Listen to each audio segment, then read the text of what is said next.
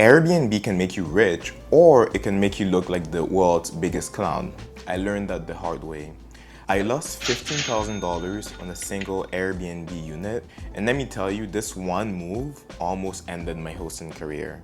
And if you think landlords and agencies are shady, wait till you hear how mine played me like a drum. Let me show you how my biggest Airbnb fail turned from exciting to expensive to absolutely ridiculous. Everyone says owning is a smart move, but in Africa, rental arbitrage can be a gold mine if you don't mind playing real estate roulette. Hey guys, welcome back to my channel, and I hope everyone is doing well.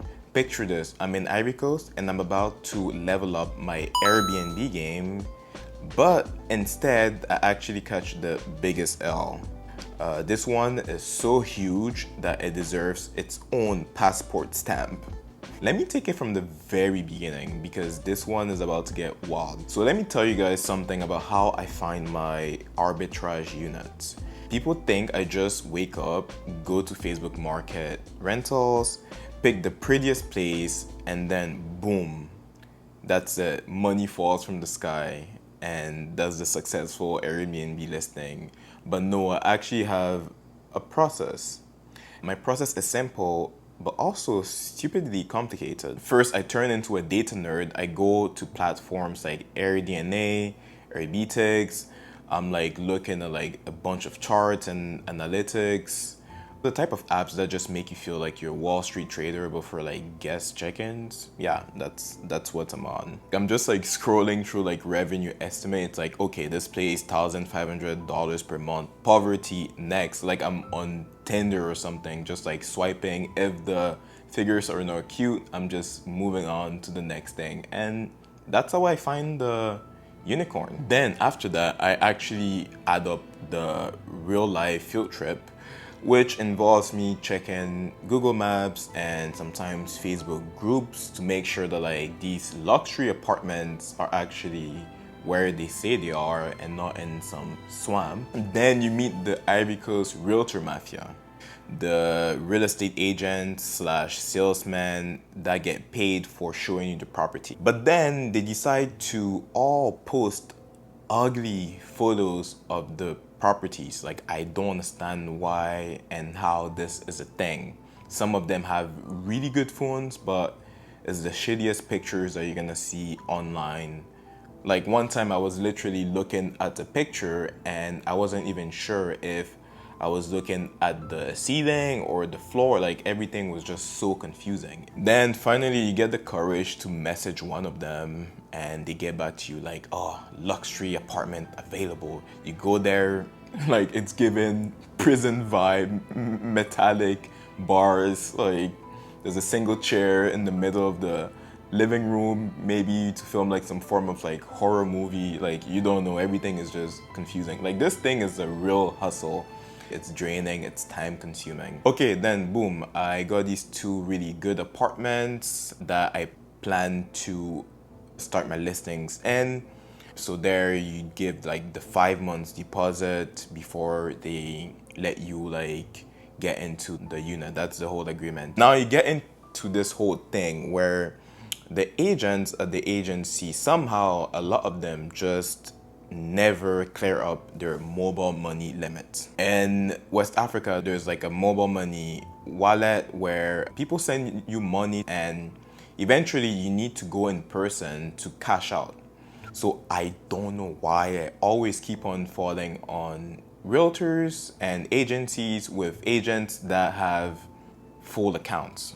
I don't know, like they're in the business of receiving money, so make it make sense. Then you get into this discussion where you keep on telling them that, okay, the money isn't really sending, and then they look at you like, okay, you're broke. It's pure comedy. I don't even know why this is a phase. Hiring staff in Abidjan is like speed dating, but with your business on the line. So my pops actually recommended this recruiter, let's call him Mr. Didi for the sake of the illustration. And to be fair, I felt like he was just running a modeling agency instead of a recruitment or a staffing agency. I spoke to 3 different candidates. The first girl was telling me that like, okay, she sings. The second girl is telling me that like, She is in the business of selling clothes. And the third girl is just fumbling at the question, cleaning experience. I don't understand. Like, at this point, I'm asking myself, like, do any of you know how to clean a sink? So I finally end up picking two semi-serious candidates, and I put them on the best test that there could be. I pick an apartment and they have to go in there and clean that unit unassigned. The first person, she's super serious. She got there, she cleaned the whole place, and it was spotless. The second person, though, she fell in love. But guess with who? My plumber.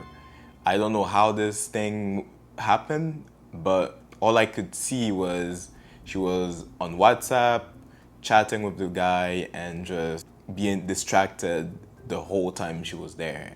And I was just confused. Okay, day two, this second candidate, she is literally just like eye banging the plumber as he's tightening like faucets. Like for me, I'm just confused. Like, how can one person be so focused at the plumbing job when you're supposed to be cleaning? Anyways, I put all of that aside. I decided to send her to the market to grab some supplies. Now I catch this candidate walking in the neighborhood, giggling and not doing what she was supposed to do. At that point, I realized that this was not an Airbnb hire, but instead, this was a telenovela audition.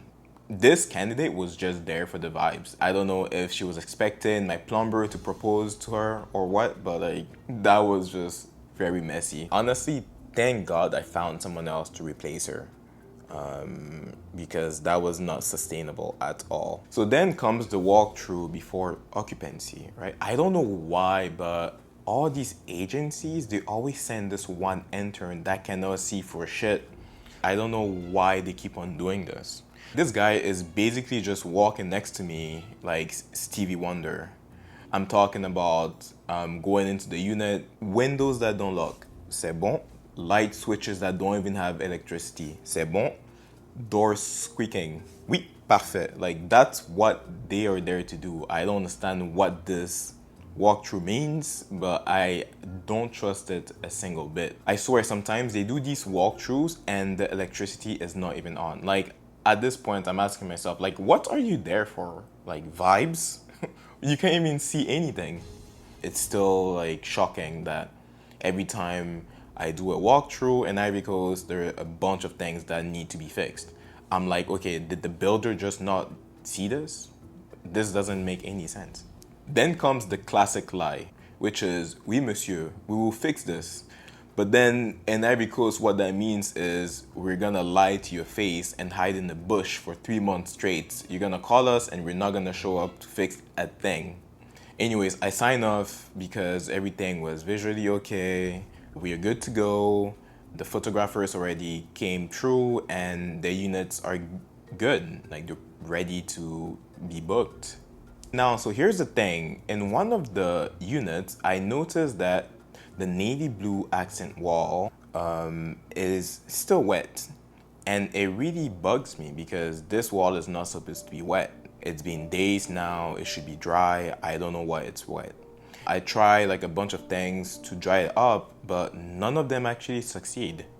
And then whenever it rains, I'm starting to notice some white patches on the wall, and I have no answers for that. So I was walking into this real estate revenge story and I had no idea what was happening. Let me explain. So I informed the agency and they basically sent someone to come and inspect. He comes in like a detective and then he gives me like a bunch of baloney. So he proceeds to touching the wall and he goes like, humidity. And I'm like, oh really? Like, no shit. Did you try to paint over it? Did you try to dry it? Or like, did you try praying? I don't know, like his suggestions didn't make any sense. This was probably the third time that I got that wall painted with some really expensive paint, and all the anti-humidity treatments were already like applied to it. I needed answers at that point. So I go back to the agency and then they tell me that, oh, the neighbors, they're not cooperating. It's been months. And I'm like, wait, what? Months? Like, how am I not hearing about this? Anyways, they were playing with my patience like monopoly. They tell me that they're gonna go speak with the neighbors, and time is flying. They haven't spoken to any neighbor, and my trip back to Canada is fast approaching.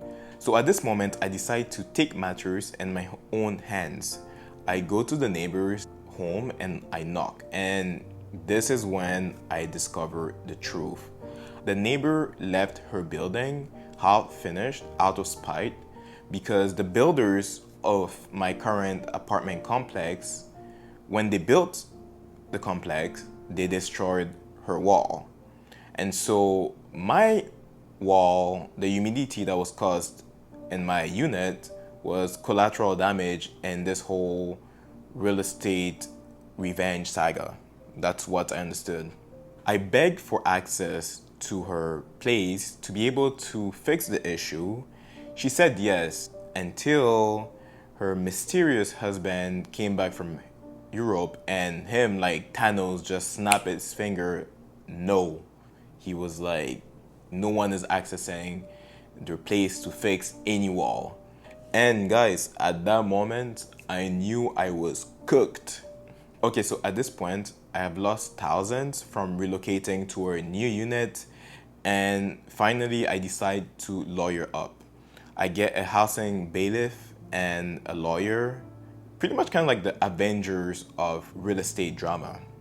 And now I'm stepping into the agency that rented me this unit with the shady wall and shady practices. And now the happy mood and happy vibe that they usually receive me in has completely switched. Now they're receiving me like it's a full-on funeral. Then it just turned into legal ping pong. The manager also had his lawyer, and everyone is just trying to like twist words, and it was just nasty. Anyways, we threatened legal action, served them the papers, and in the end, it didn't really go anywhere. So yeah, the motivation to push through this legal case wasn't there, so I just dropped it. Not because they didn't deserve it, but just because I wanted to keep my sanity, and that was worth more than money. So yeah, I took this huge L, but funnily enough, the other unit that I got after that big fail actually did quite well. Guests love it, and the wall wasn't crying, and I didn't have to spend countless nights Googling how to dry a wall faster. That's the day I learned that never trust a wall that sweats. If there's one thing that I learned from this whole saga, is that real estate in Ivory Coast will test your patience, your wallet, and even sometimes your faith. But you know what? We just move on because that's all we can do. Alright guys, that's my $15,000 wall nightmare. If you enjoyed this story, or you have a similar property horror story, please drop it in the comment below. And please guys, don't forget to like, subscribe, and comment, and see you guys next time.